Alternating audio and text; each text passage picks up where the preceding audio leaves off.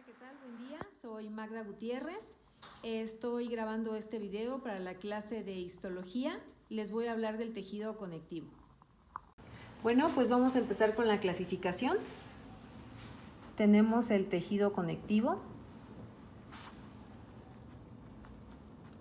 El tejido conectivo se divide en dos: el especializado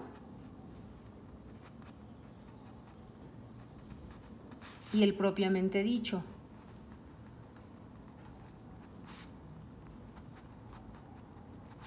Dentro del especializado vamos a tener sangre, hueso,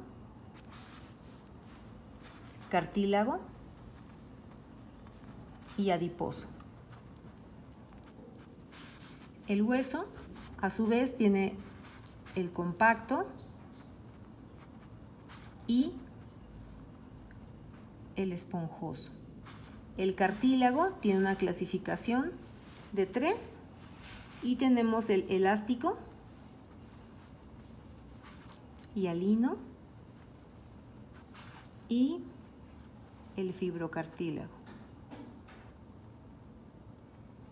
El tejido adiposo está el blanco y el pardo. Ahora bien, en el tejido propiamente dicho, aquí tenemos mucoso, denso,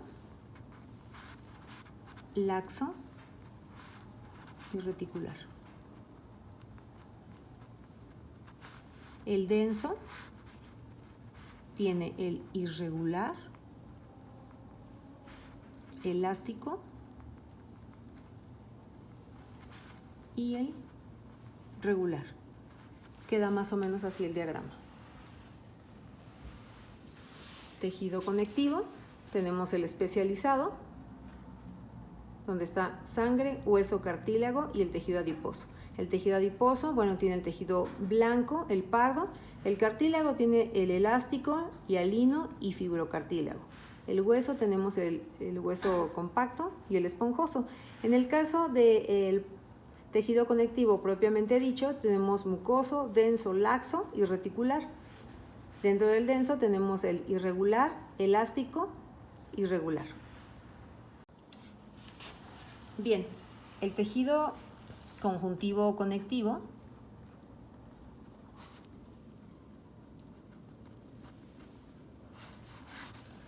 tiene características.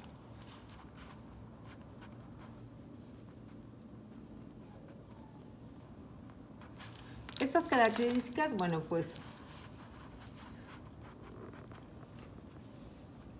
contiene células y fibras extracelulares, incluidas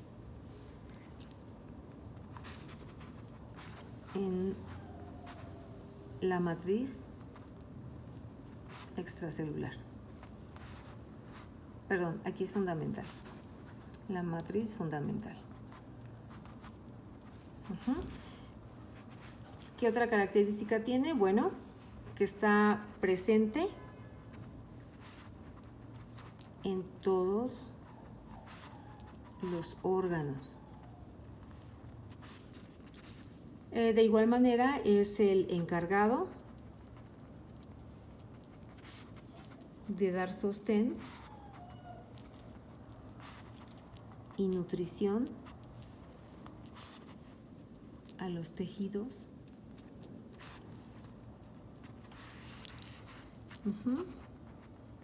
Forma, bueno, ¿esto cómo lo hace? Bueno, forma el estroma. Su origen proviene a nivel embrionario del mesodermo.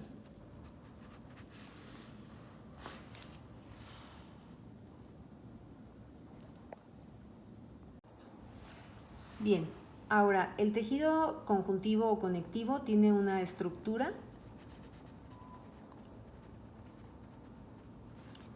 histológica. ¿Cómo va esta estructura? Bueno, pues posee dos tipos grandes de células. Están las células fijas y las células migrantes. También dentro de su estructura histológica está su sustancia intercelular.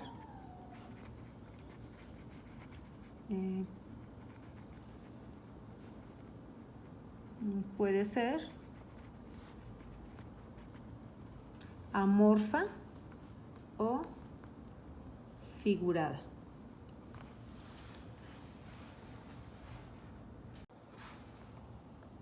Bien, ahora vamos a hablar de los tipos de célula.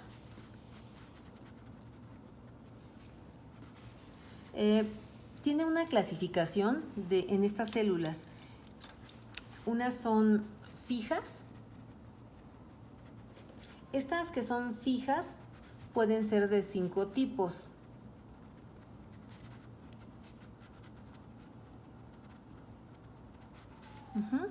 Estas son fibroblastos,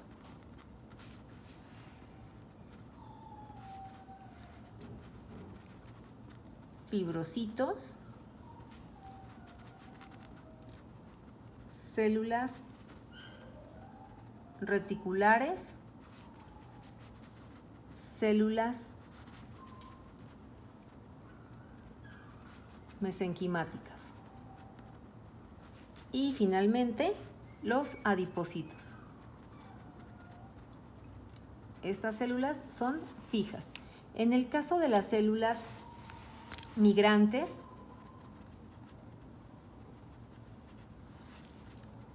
bueno, estas se originan en la médula ósea y tienen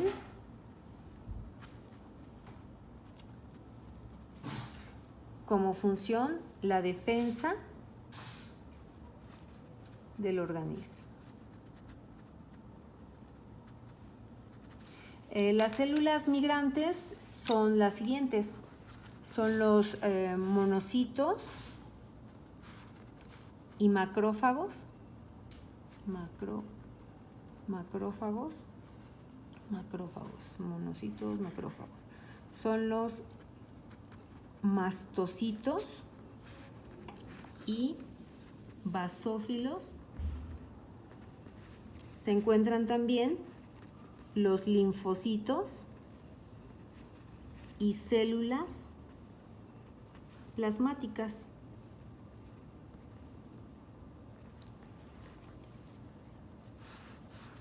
Ok, plasmáticas, neutrófilos y eosinófilos.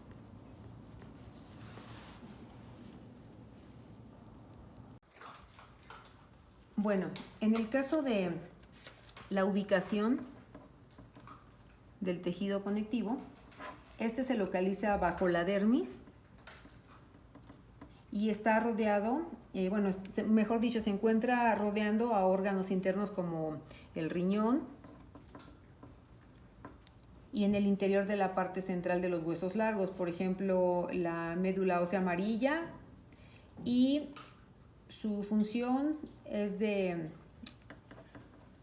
reserva energética y también sirve como aislante térmico.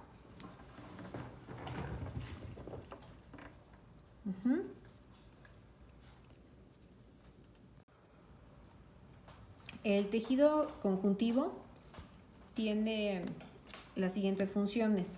Actúa como sostén,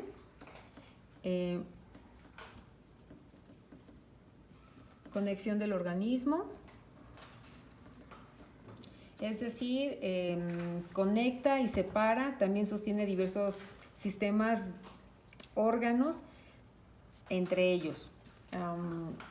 Ahora vamos a ver los tipos de tejido conjuntivo en relación a la función que tienen.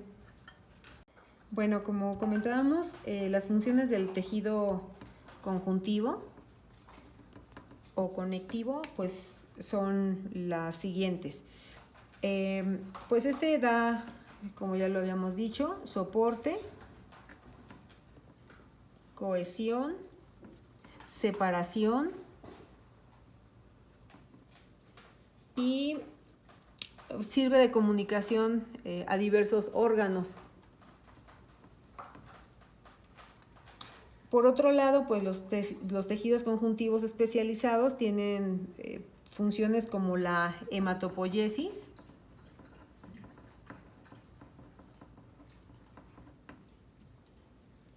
también son los responsables del sistema inmunológico de alguna forma como consecuencia, ya que la hematopoiesis surge a raíz de las células pluripotenciales y de ahí, dependiendo a las necesidades del organismo, pues se da esta diferenciación. En el caso del tejido especializado, el tejido sanguíneo, pues se dan los leucocitos, responsables de la inmunidad, los eritrocitos. Estas también se le conocen como células blancas. Los eritrocitos pues tienen algunos otros nombres como hematíes o glóbulos rojos. Estos son los responsables del transporte de oxígeno, entre otras funciones. Y las plaquetas, estas están ligadas directamente a todo lo relacionado con la coagulación y su cascada. La cascada de coagulación tiene 12 elementos que son básicos y necesarios, se activan para que se pueda dar una pues como una especie de cicatrización o se forme el tapón cuando llegamos a cortarnos, ¿no? O sea, ese tejido que se forma pues se tiene que activar con esta cascada de coagulación. En el caso de los huesos, bueno, en los huesos largos, pues se lleva a cabo la hematopoiesis.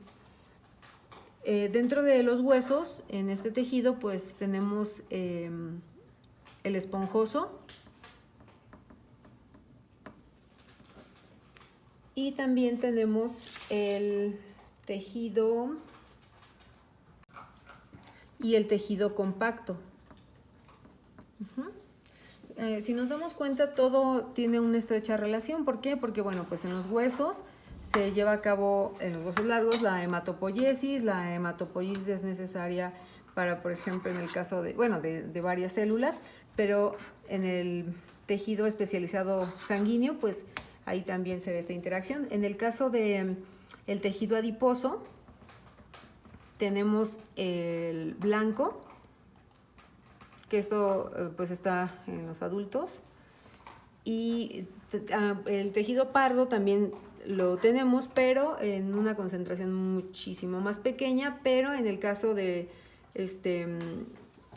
la etapa embrionaria es el que más abunda, el tejido pardo. Esto está relacionado con la reserva energética. Y en el caso de los cartílagos, bueno, pues tenemos ahí el tejido elástico, hialino y el fibrocartílago. Esas tienen que ver con lo que son articulaciones y el movimiento. Pues de mi parte es todo. El tejido conectivo es amplio, de hecho es nada más así como aspectos generales como para identificar dónde se ubica cada uno de ellos. Pero bueno, pues es muy extenso.